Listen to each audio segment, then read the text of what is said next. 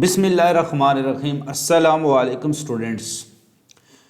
इस ज़मीन पर सबसे पहले कोई ना कोई ऑर्गेनिज़म आया होगा और फिर उसी ऑर्गेनिज़म से दूसरा ऑर्गेनिज़म बना होगा और उससे आगे तीसरा, और ये सिलसिला चलता रहा है और ये सिलसिला चलता रहा और उसके नतीजे में आज जितने भी लिविंग ऑर्गेनिज़म आपको इस ज़मीन पर नज़र आते हैं ये इसी प्रोसेस के ज़रिए ही मार्ज़ वजूद में आए हैं। मैं एक आम सी मिसाल आपके सामने पेश करता हूँ कि जैसे बनी नो इंसान की जो स्पीशीज़ है इसका आगाज़ हुआ था हज़रत आदम अलैहिस्सलाम से।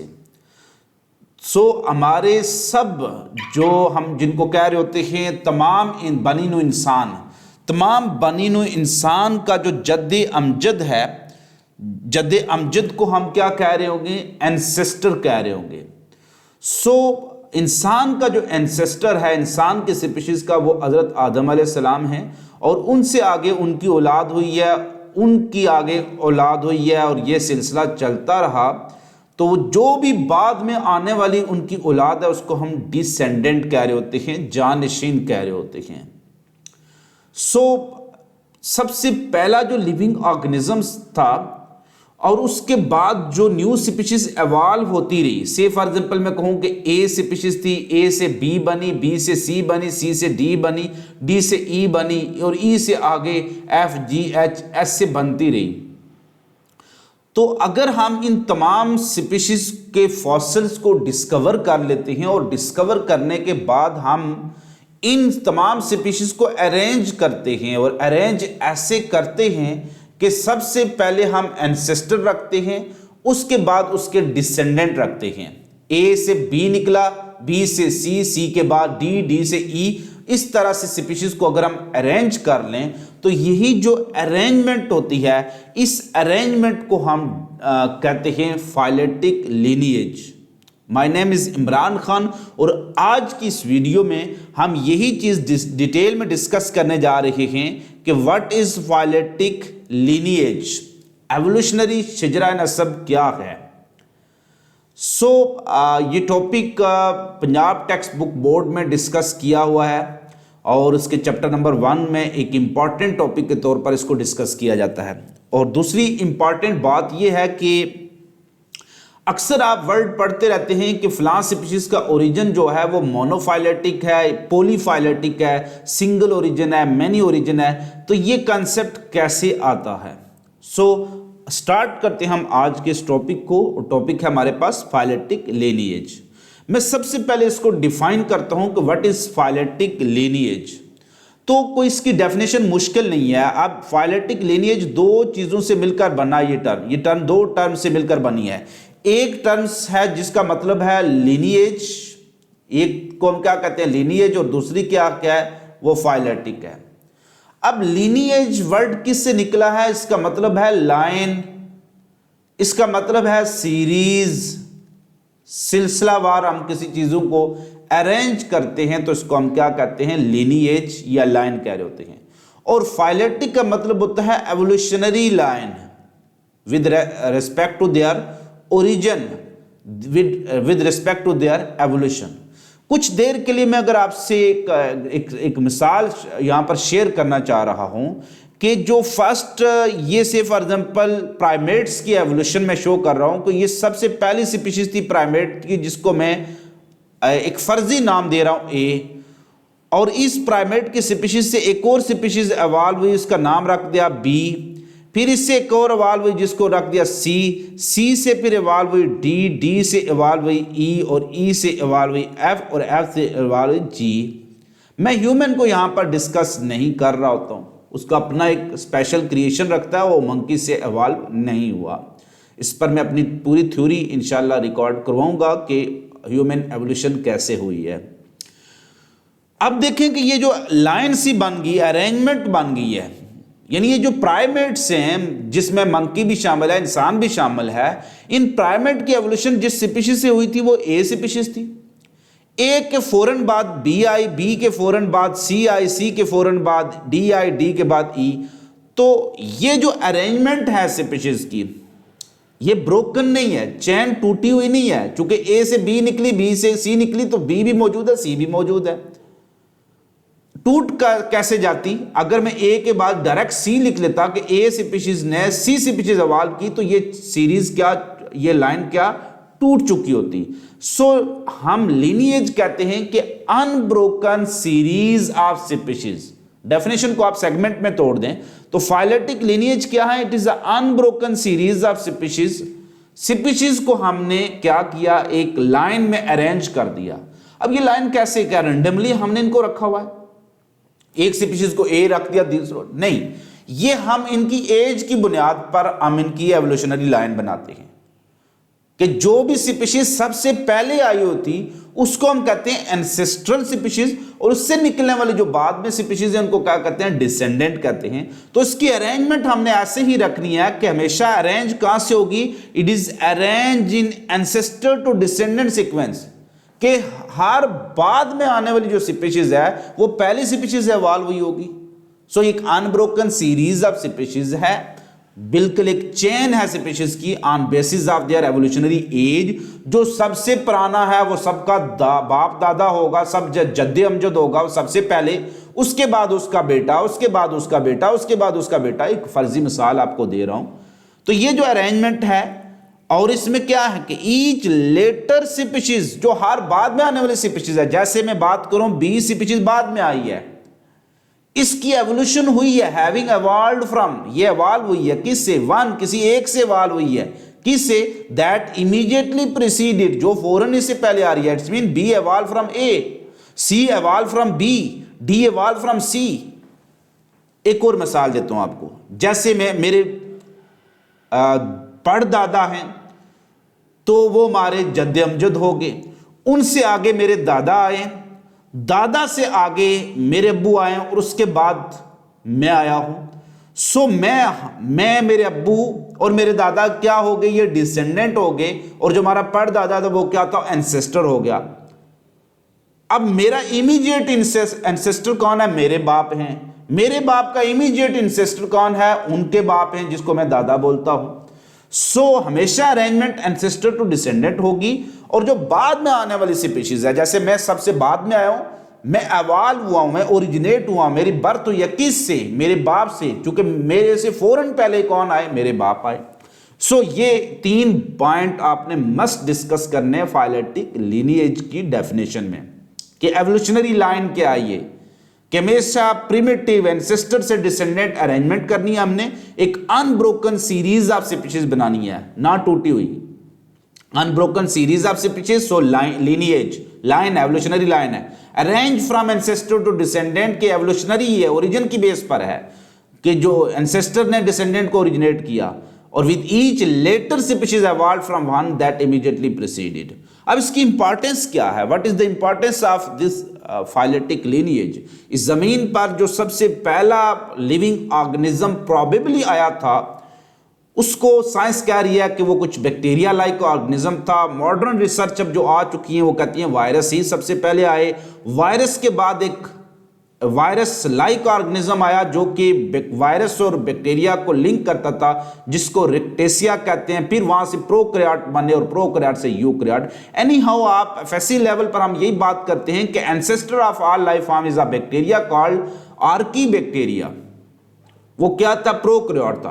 फिर उस प्रोकैरियोट आर्कीबैक्टीरिया से यूबैक्टीरिया बने, फिर वहां से फोटोसिंथेटिक बैक्टीरिया बने, उसके बाद वहां से सियानोबैक्टीरिया बने। सियानोबैक्टीरिया के बाद फिर एल्गी आई है। एल्गी के एक ग्रुप है हमारे पास कैरोफाइटा, जिसको ग्रीन एल्गी भी कह रहे होते हैं। वहां से फिर ब्रायोफाइट इवॉल्व हुए, ब्रायोफाइट से फिर आगे ट्रैक्योफाइट्स इन्वॉल्व हुए, और ट्रैक्योफाइट्स में जो डिवीजन है वो आपने डिटेल में पढ़ी है। साइलोप्सिड सबसे पहले आए, फिर लाइकोप्सिड आए, स्पिनोप्सिड आए, टेरोप्सिड आए। टेरोप्सिड के अंदर डिफरेंट क्लासेस आई हैं। क्लास सबसे पहले फेलिसिनी आई है, फिर जिम्नोस्पर्मी, और फिर एंजियोस्पर्मी, और एंजियोस्पर्मी में फिर मोनोकाट और डाइकाट, ऐसे एवोल्यूशन होती रही है। तो ये रंग बिरंगी मखलूक जो आपको नजर आ रही है, जो लाइफ आपको टुडे नजर आ रही है, तो life today has came into existence through phyletic lineage. इसी एवोल्यूशनरी ओरिजिन की बेस पर ही लाइफ आज तक आपके सामने आई है। और ये लाइफ कैसे आई है? और evolving population of organism existing in remote past, माजी बाइद में क्या रहता था? बहुत पुराना, जैसे हमारे जद्द अमजद रिमोट पास्ट में कान हजरत आदम अलैहिस्सलाम रहते थे और वहां से ही तमाम ह्यूमन स्पीशीज आगे इवॉल्व हुई है। तो एक रिमोट पास्ट माजी बाइद में हमारा एंसेस्टर रहता था और उस एंसेस्टर के अंदर आगे उसकी पॉपुलेशन आई, उसकी पॉपुलेशन तो उसकी एवोल्यूशन होती रही, न्यू स्पीशीज बनती रही। तो ये मौजूदा रंग बिरंगी जो मखलूक आपको नजर आ रही होती है। अब मैं आपके साथ जो एक चीज शेयर करने जा रहा हूं है बायोडाइवर्सिटी ऑफ अर्थ, कि हमारा जो प्लेनेट है अर्थ, इसकी बायोडाइवर्सिटी क्या है, different variety of living organism. ये सारे के सारा आप यहां पर देख सकते हैं कि वैरायटी ऑफ लिविंग ऑर्गेनिज्म है, जिसमें ये बर्ड्स लाइक और बर्ड्स कुछ आपको मिलेंगे, कुछ प्राइमेट्स आपको, ये फिश पॉपुलेशन आपको नजर आ रही है, रंग बिरंगी मखलूक आपको समुद्र में ये डिफरेंट तरह की मछलियां नजर आएंगी, ये इंसेक्ट आपको नजर आएंगे जैसे पत्ते घूम रहे हैं, पेंगुइन्स जो हैं उनकी जो पॉपुलेशन, ये चीता डिफरेंट हैं, साथ जेब्रा मूव कर रहे हैं, एलिफेंट मूव कर रहे हैं। इट्स मीन कि ये एक लंबी स्टोरी है। बायोडाइवर्सिटी ऑफ अर्थ क्या है? वो बहुत ज्यादा है।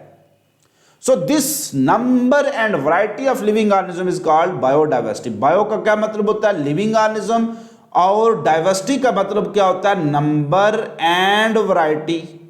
सो ये शॉर्ट क्वेश्चन आपसे पूछा जा सकता है या एमसीक्यू आ सकता है कि what is biodiversity, define biodiversity. तो number and variety of living organism is referred as biodiversity. Number and variety है तो जस्ट डाइवर्सिटी है, अगर लिविंग ऑर्गेनिज्म किया तो बायोडाइवर्सिटी।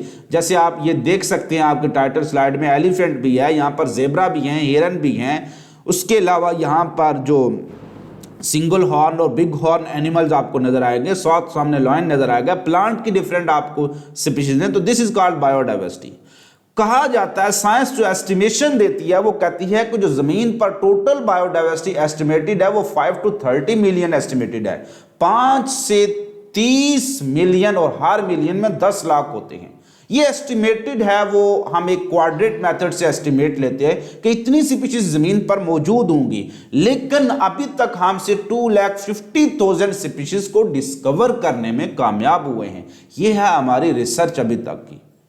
हम अब लोएस्ट एस्टिमेट क्या है? 5 मिलियन, ये कम से कम 5 मिलियन, ज्यादा से ज्यादा 30 मिलियन। अभी हम लोएस्ट एस्टिमेट भी हासिल नहीं कर सके, हम लोएस्ट एस्टिमेट का भी आधी स्पीशीज को डिस्कवर करने में कामयाब हुए हैं। अब टोटल जो स्पीशीज डिस्कवर्ड सो फार हैं वो कितनी है? 2.5 मिलियन हैं। तो ये 2.5 मिलियन सारे लिविंग ऑर्गेनिज्म आपको जमीन पर मिलते हैं। अब इनमें देखते हैं कि हम कौन कौन से लिविंग ऑर्गेनिज्म मौजूद हैं। तो इन जो 25 लाख जो स्पीशीज हैं, यहां पर बात स्पीशीज की कर रहा हूं, देखें पूरी दुनिया में मौजूद इंसान जितने भी हैं ना, ये 1 स्पीशीज कहलाते हैं। आप नंबर ऑफ ह्यूमन की बात नहीं कर रहे हैं, हम स्पीशीज की बात कर रहे हैं कि पूरी जमीन पर मौजूद जितने भी इंसान है ये एक स्पीशीज है। और ऐसी लिविंग ऑर्गेनिज्म की कितनी स्पीशीज हैं? 2,50,000 स्पीशीज है। नंबर की हम बात नहीं कर रहे हैं। अब इस 2,50,000 जो बायोडाइवर्सिटी है पूरी, वो जो 25 लाख में से 25 लाख टोटल स्पीशीज में से जो 53.1 इंसेक्ट हैं, यानी सबसे ज्यादा इस जमीन पर बायोडाइवर्सिटी किसकी है, नंबर किसका है? इंसेक्ट का है। फाइलम आर्थ्रोपोडा की क्लास इंसेक्टा है, largest class of kingdom Animalia है। सो हाफ से भी ज्यादा है, यानी 12-13 लाख ये बनते हैं, ये क्या है? इंसेक्ट हैं। इंसेक्ट चूंकि क्या है? एनिमल्स हैं। इंसेक्ट क्या है? एनिमल्स हैं। तो एनिमल्स, इंसेक्ट के अलावा जो एनिमल्स हैं जिसमें शेर, चीता, ये सारी चीजें शामिल हैं, जिसमें इंसान भी शामिल है, ये टोटल कितना? 19.9% ऑफ 2.5 मिलियन बना रहे हैं। तो 19.9% ऑफ 2.5 मिलियंस, ये कोई तकरीबन अब आप 25 लाख को उन 20 से मल्टीप्लाई कर देंगे तो कोई ये 3-4 लाख के करीब आपको आबादी आ जाएगी।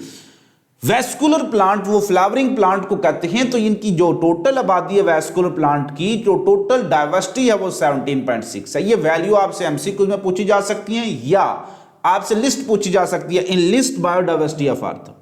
फिर हमारे पास आ जाते हैं फंजाई, एल्गी एंड प्रोटोजुआ। ये तमाम लिविंग ऑर्गेनिज्म 9.4% बना रहे हैं। इट्स मीन सबसे ज्यादा बायोडाइवर्सिटी इंसेक्ट की है, फिर एनिमल्स और अदर फ्लावरिंग प्लांट्स की है।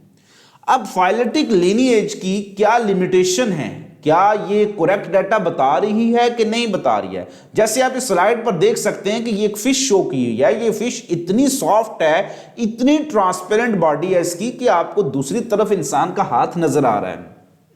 अब इस तरह के अगर ऑर्गेनिज्म मर जाते हैं तो इनका फॉसिल्स हमें नहीं मिलेगा, क्योंकि इनकी बॉडी इतनी सॉफ्ट है कि ये क्या हो जाएगी, डिकम्पोज हो जाएगी।